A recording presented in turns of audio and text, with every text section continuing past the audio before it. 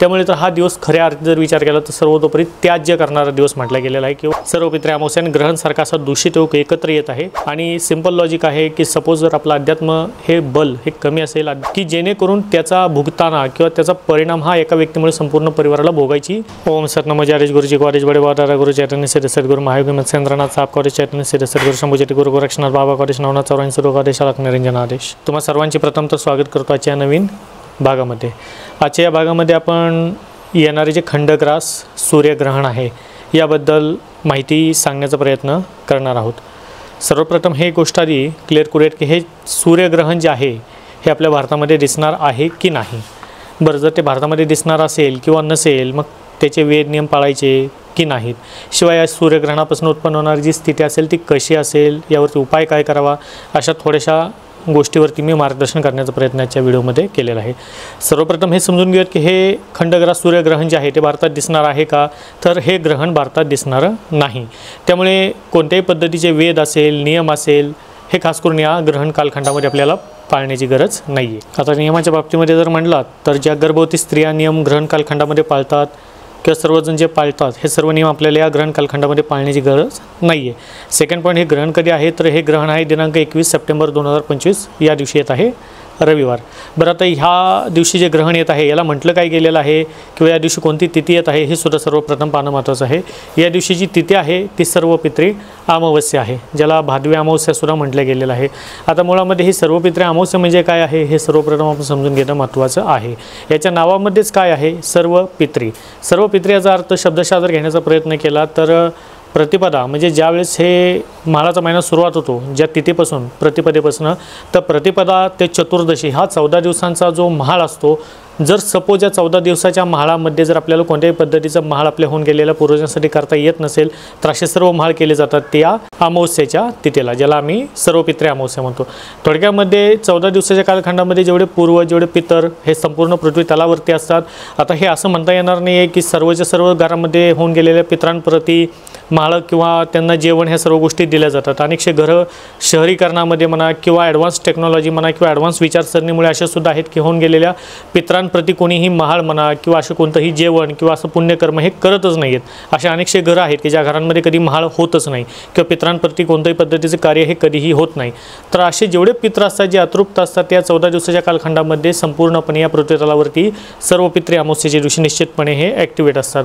थोडक्यात आम्ही यातनं हा बोध घेतो की 14 दिवसाच्या कालखंडामध्ये ज्या पित्रांचे होऊन गेलेले म्हाळ आहे ते सुद्धा पित्र आणि ज्या पित्रांचे म्हाळ झालेलंच नाही ते सुद्धा पित्र, असे सर्व पित्र हे एकत्रित या दिवशी पृथ्वी तलावरती त्यांचं अस्तित्व हे निश्चितपणे प्रकर्षाने दाखवून देतात आणि ते जाणून सुद्धा देतात। त्यामुळे तर हा दिवस खऱ्या अर्थी जर विचार केला तर सर्वतोपरी त्याज्य करणारा दिवस म्हटला गेलेला आहे किंवा कोणत्याही पद्धतीचं शुभ किंवा मांगलिक कार्यासाठी कधीही सर्वपित्री अमावस्या ही शुभ ही कधीही शास्त्राप्रमाणे पंचांगाप्रमाणे आणि सर्व शास्त्रार्थाप्रमाणे सुद्धा कधीही गणले गेलेले नाही आहे। त्यामुळे जेवढे प्रयत्न असेल ते शुभ मांगलिक कार्य या दिवशी कधीही कोणी करत नाही। आता विचार करायची जर गोष्ट असेल तर पहा की वर्तमान स्थितीमध्ये ग्रहमानसुद्धा जे चालू आहे ज्या अनुषंगाने आता नवग्रहांची जी रूपरेखा आता वर्तमान स्थितीत चालू आहे, ज्या अनुषंगाने शनी हे वक्री चालू आहेत आणि राहू केतूसुद्धा फारसे काही परिणामकारक या संपूर्ण चराचरावरती हे दिसणारे नाही आहेत। त्यामुळे अनेक ठिकाणी भांडण तंटे वादविवाद घातपात होण्याचे योग, पती पत्नीमध्ये भांडण तंटे असेल किंवा मुलांमध्ये आणि त्यांच्या पालकांमध्ये होणारे वादविवाद असतील, खास करून मुली आणि खास करून आई किंवा स्त्रियांच्या संबंधित कोणते वादविवाद असेल, हे एक पद्धतीच्या परमसीमेवरती या दिवशी किंवा अशा पद्धतीने जाण्याचे योग हे ग्रहमानासुद्धा किंवा ग्रहमानाच्या नुसार सुद्धा हे होणारे बनत आहेत। त्यामुळे शक्यतो प्रयत्न करावा की अशा या दिवसांपासून कोणत्याही पद्धतीचे तर्कवितर्क कुतर्क न लावता किंवा ज्याला म्हणू वादविवाद भांडण तंटे हे न करण्याचा आणि शांत त्या परिस्थितीने किंवा शांतचित्ताने आपण जे आपल्या मनामध्ये असलेली योजना असेल किंवा ज्या आपल्या गोष्टी करायच्या आहेत ते करण्याचा आपण प्रयत्न अवश्यपणे करावा। महत्त्वाचं सांगणं हेच आहे की कोणत्याही पद्धतीची अशी कोणतीही घटना किंवा कोणताही असा निर्णय आपण खऱ्या अर्थी जर घेतला नाही पाहिजे की जेणेकरून त्याचा भुगताना किंवा त्याचा परिणाम हा एका व्यक्तीमुळे संपूर्ण परिवाराला भोगायची व्यथा किंवा ती वेळ अशा या परिस्थितीजन्य वातावरणामध्ये होऊ शकते। त्यामुळे प्रयत्न करा शांततामय जीवन या संपूर्णपणे व्यतीत करण्याचा। याच अनुषंगाने मग आम्ही करू काय शकतो किंवा याला आम्ही अशा या सपोज जर आता ग्रहण ह्या सर आता दिसत नसेल तर मग अशा वेळी आम्ही उपाय काय केले पाहिजेत. तर उपायाच्या बाबतीमध्ये जे तुमच्या गुरुद्वारे मिळालेले मंत्र असतील किंवा देवतांची जे काही तुम्ही करत असलेले कोणत्याही पद्धतीचे पुनश्चरण असाल किंवा देवतींप्रती केलं जाणारे कोणते पाठ असेल तुम्ही या रात्री करू शकता. खास करून हवन कार्य या रात्री मोठ्या प्रमाणामध्ये होतात, त्यालासुद्धा विशेष महत्त्व आहे. त्याच अनुषंगाने तुम्ही बजरंग बाणसारखे तांत्रिक प्रयोग, तांत्रिक यासाठी म्हणत आहे कारण हे भूत प्रेत पिशाचांना मारणारे प्रयोग आहेत. याच्यापासून किंवा या बाधेपासून तुम्हाला मुक्ती देणारे प्रयोग म्हणजे बजरंग बाणचे असतात. याच्या दीक्षा अनेक वेळा देऊन झालेल्या आहेत. तुम्ही या दीक्षासुद्धा रेकॉर्डिंगच्या स्वरूपामध्ये प्राप्त करून बजरंग बाण खास करून या सर्व पित्रे अमावस्येला तुम्ही घरामध्ये बसून सिद्ध करू शकता. आणि प्रत्येक वेळेस ज्या ज्या सिद्ध मुहूर्तावरती किंवा अशा काही सिद्ध वेळेवरती मी व्हिडिओ तुमच्यासमोर घेऊन येत असतो आणि ज्या ज्या व्यक्तिरेखींनी ज्या ज्या साधकांनी बजरंग बाण ऑलरेडी घेतला आहे त्यांनासुद्धा मी आवाहन करत असतो. याच अनुषंगाने ते आवाहन मी आजच्या व्हिडिओच्या माध्यमातून सुद्धा तुम्हाला सर्व साधकांना करणार आहे की तुम्ही बजरंग बाण खास करून या सर्व पित्रे अमावस्येच्या दिवशी करण्याचा आवश्यकपणे प्रयत्न करावा. पाठ किती करावेत? 51 केले तरी सुद्धा चालेल. ज्या अनुषंगाने तुम्हाला शिकवलं आहे ते सर्व व्हिडिओ हे तुमच्याकडे सेव्ह आहेत, जे तुम्हाला पाठवलेले आहेत ते तुम्ही पाहून या अनुषंगाने करण्याचा प्रयत्न करा. जमलंच तर 51चे चंडीपाठ हे सुद्धा तुम्ही याच्यामध्ये करा. म्हणजे बजरंग बाण 51, चंडीकवच 51 हे जरी केले तरीसुद्धा हा वेळ निश्चितपणे सत्कारणी तर लागेलच, परंतु या ग्रहण कालखंडामध्ये खास करून ग्रहण आणि अमावस्या जी सर्व पित्रे अमावस्या आहे याद्वारे किंवा या दरम्यान केलं जाणारे जे बजरंग बाण चंडीकवच पाठ असेल याला विशेष किंवा ज्याला म्हणून अतिविशेष महत्त्व निश्चितपणे असणार आहे. त्या अनुषंगाने तुम्ही हे सुद्धा पाठ कवचात्मक स्वरूपामध्ये पाठ निश्चितपणे करू शकता. अनेक जणांचे प्रश्न असे सुद्धा उपस्थित होतात की सपोज जर सूर्यग्रहण आपल्या भारतामध्ये पंचांगाप्रमाणे दाखवलेलं आहे की ते दिसणार तर नाहीच आहे, मग सूर्यग्रहण हे इतर ग्रहणांच्या तुलनेमध्ये जर आपल्या भारतामध्ये दिसणार नसेल तर ते प्रभावी आहे का, त्याच्यापासून तेवढी ताकद आम्हाला मिळू शकते का? तर पहा, यावरती यापूर्वीसुद्धा काही व्हिडिओमध्ये मी सांगण्याचा प्रयत्न केला, आजसुद्धा मी तोच प्रयत्न करणार आहे. भलेही सूर्यग्रहण असो किंवा चंद्रग्रहण असो, समजा आपल्या या भारतामध्ये ते दिसणार नसेल परंतु ही एक भौगोलिक घटना आहे आणि नवग्रह हे काय फक्त आपल्या भारतापुरतेच मर्यादित नाही आहेत. हे नवग्रह हे पाश्चिमात्य संस्कृती असेल, पाश्चिमात्य देश असेल किंवा संपूर्ण पृथ्वीतलावरती चराचरावरती ते व्याप्त आहेत.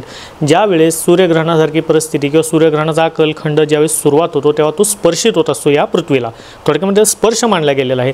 मग पृथ्वी ही तर संपूर्णपणे एक आहे, ज्या पृथ्वीवरती आपण राहत आहोत. भलेही ग्रहण आपल्या भागामध्ये दिसत नसेल आणि सपोज ते ऑस्ट्रेलिया किंवा ज्याला आम्ही म्हणू UK किंवा USA अशा ठिकाणी समजा ते ग्रहण दिसणार असेल तर त्यांच्यापासली पृथ्वी आणि आपली पृथ्वी ही काही वेगळी तर नाही आहे. त्यामुळे जो स्पर्श होतो, जो ग्रहणाचा कालखंड मानला जातो, तो निश्चितपणे हा प्रभाव किंवा उलथापालथ करणारा समस्त चराचर सृष्टिमंडलावरती हा होत असतो. त्यामुळे ग्रहण जरी आपल्या भागामध्ये दिसत नसेल किंवा भारतामध्ये दिसत नसेल तर याचा अर्थ असा कदापि होऊ शकत नाही आहे की त्या ग्रहणापासून उत्पन्न होणारी जी काही विघ्न असेल, बाधा असेल किंवा ज्याला आम्ही म्हणून विपरीत वेळ असते ही काय आपल्याला इफेक्ट करू शकत नाही आहे का? निश्चितपणे हे इफेक्टिव्ह असतात आणि याच्यापासून उद्भवणारे जे पडसाद असतात किंवा ज्याला आम्ही म्हणून जे उपद्व्याप असतात यालासुद्धा विशेष महत्त्व या ग्रहण कालखंडामध्ये आहे.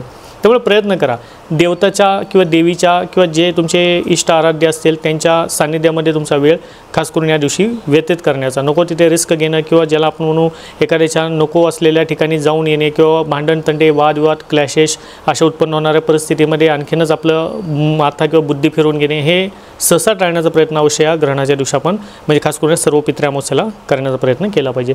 आणि सिंपल लॉजिक आहे की सपोज जर आपलं अध्यात्म हे बल हे कमी असेल, आध्यात्मिक प्रगती आपली कमी असेल तर नकारात्मक ऊर्जा किंवा निगेटिव्ह एनर्जी अशा लोकांवरती किंवा निश्चितपणे अशा व्यक्तिरेखेंवरती ही अशा या कालखंडामध्ये ज्या दिवशी सर्व पित्रे अमावस्या आणि ग्रहणसारखा असा दूषित योग एकत्र येत आहे ही प्रभाव टाकणारे असते.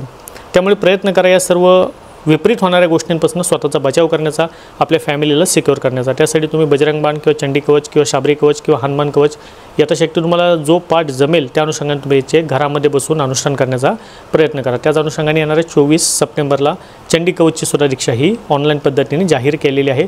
याच्यासाठी सुद्धा तुम्ही रजिस्ट्रेशन करू शकता. फोन लाईनद्वारे तुम्ही या सर्व गोष्टी इन्क्वायरीच्या स्वरूपात प्राप्त करू शकता. आशा आहे आजच्या भागामध्ये जे सांगण्याचा प्रयत्न केला निश्चितपणे तुम्हाला आवडलेला असेल. चॅनलवरती नवीन असाल तर चॅनलला सबस्क्राईब करायला विसरू नका. भेटूया अशा नवीन माहितीसाठी. तोपर्यंत सर्वांना सतनो आदेश, गुरुजी को आदेश, शाला के आदेश.